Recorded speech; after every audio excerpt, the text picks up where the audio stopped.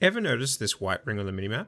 Did you know just by understanding what this means, you'll have the ability to win more rounds and have more of a chance of surprising your enemy? Well, stay tuned because you're about to learn 10 tips that will help you become a better Valorant player.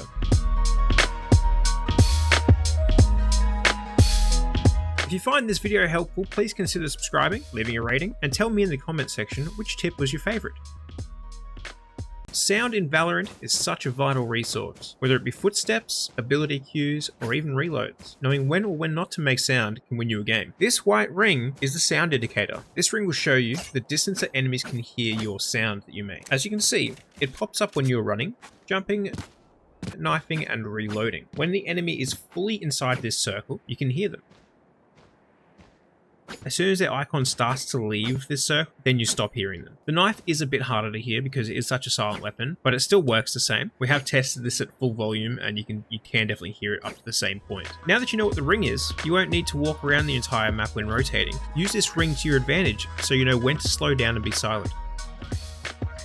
Have you ever started a round only to find yourself a couple hundred credits short of being able to buy a rifle and full armor? Maybe you wanted an extra flash. Did you know that during the buy phase, at the top left area of the buy menu shows your current cash, but it also shows you what you're going to have next round if you lose and you don't get any extra credits for the round. So when you're on a save round, try and be sure to leave yourself enough next round to buy at least a rifle and armor, and often it's better to actually give away a round than just buy a gun and have a rough buy the next round too. So keep this in mind. The ping system can be very useful in Valorant, especially when using an ability to scout out an area. It can give your team vital information, but can also give you opportunities for wall bangs or ability focus. By default, the key for pinging is Z. If you hold this down, it gives you options for specific types of pings. I often don't find enough time to worry about this, and having voice chat active, you can tell your team what's there. You can also ping on the map by toggling the map with M, or holding it open using caps lock by default. One thing I find really useful is with abilities that you use to scout information, like Cypher's camera, Sova's drone, or even Omen's ultimate. You can also ping while using these abilities. Watch them run. Here.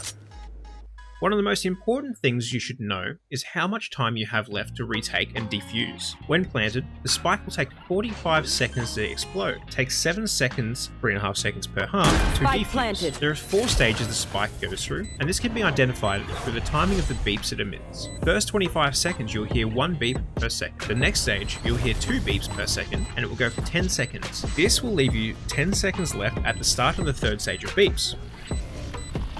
At this point you should either commit to a defuse, as you only have 3 seconds to start it if you have to fully defuse, and if your enemy is still alive you should probably consider saving your weapon and leaving. Far too often I see people waste time during the first 25 seconds when this is actually a crucial time to set up your retake.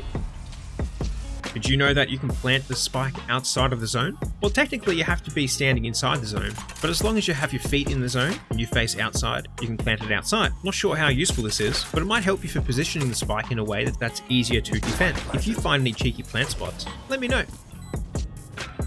There are a couple of ways other than the end of a round to earn you credits. Kills earn you 200 credits, and planting the bomb earns you 300.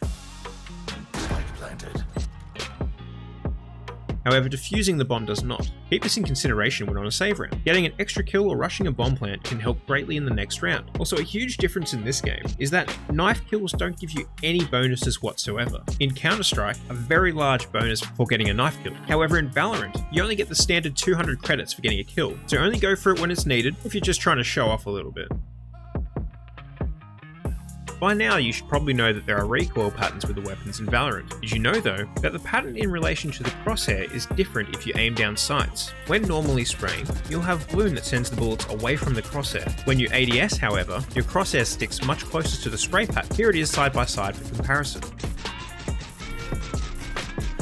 When practicing your patterns, be sure to practice aiming down sights as well. Valorant's maps have a lot of callouts for every map, and it can definitely be overwhelming for newer players. The best way to learn these is keep an eye on your minimap when you need to make callouts, as it tells you below the map what the location is called where you currently are. Also, the larger map has these callouts as well, if you hold caps lock or press M. You want to spend some time learning maps, different locations for smokes, or maybe some strategies? Well, go into a custom game and make sure cheats are enabled. When you've done this, in the setting menu you will notice a cheats option open up. This will give you the options to pause the timer, have infinite abilities, ammo, and credits as well. Did you know that there are multiple ways of earning ultimate points throughout the match? You get 1 point if you die, you get a point per kill, you also get a point for the orbs around the map. But what I just learned recently is you actually get a point for planting and defusing the spike. So next time you go to defuse the bomb, if it's safe, have a quick look at the rest of your team and see who could use that extra point the most.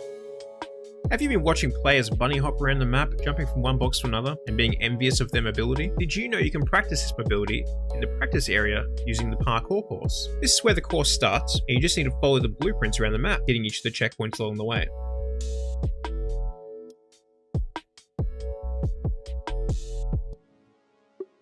As you can see, I'm not too good at it. Now, I hope you find today's video helpful. If you did and you want to see more videos like this, including agent-specific tips, be sure to drop a like and hit that subscribe button. Thanks for watching, and we'll see you next time.